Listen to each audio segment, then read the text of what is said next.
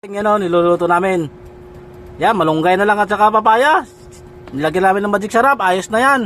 Wala tagirap talaga, wala nang walang makain ng gwardiya. Puro na lang gulay. Diet din pag may time. Ayan sunod na yan, puno na lang ng malunggay at papaya yung kakainin namin to. Wala nang bunga at saka dahon. Ubos na. Inubos na ng kabady ko.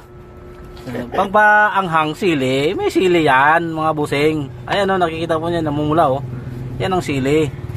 Para may lasa naman kaya namin kahit papaya at saka malunggay lang. Ayos na yan mga busing. Mga 5 nandyan, ano ba mga ulam nyo?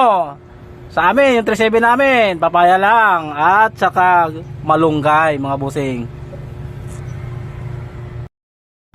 Ayun tayo mga busing, tanghalian namin.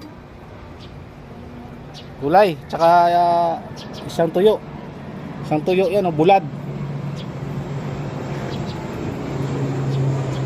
Busing, kain. Let's go. Ayan yung partner ko, kumakain na. Kumakain na kami mga busing. Ayan.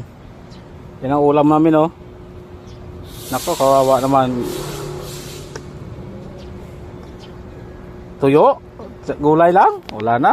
Taghirap na talaga. Sahod.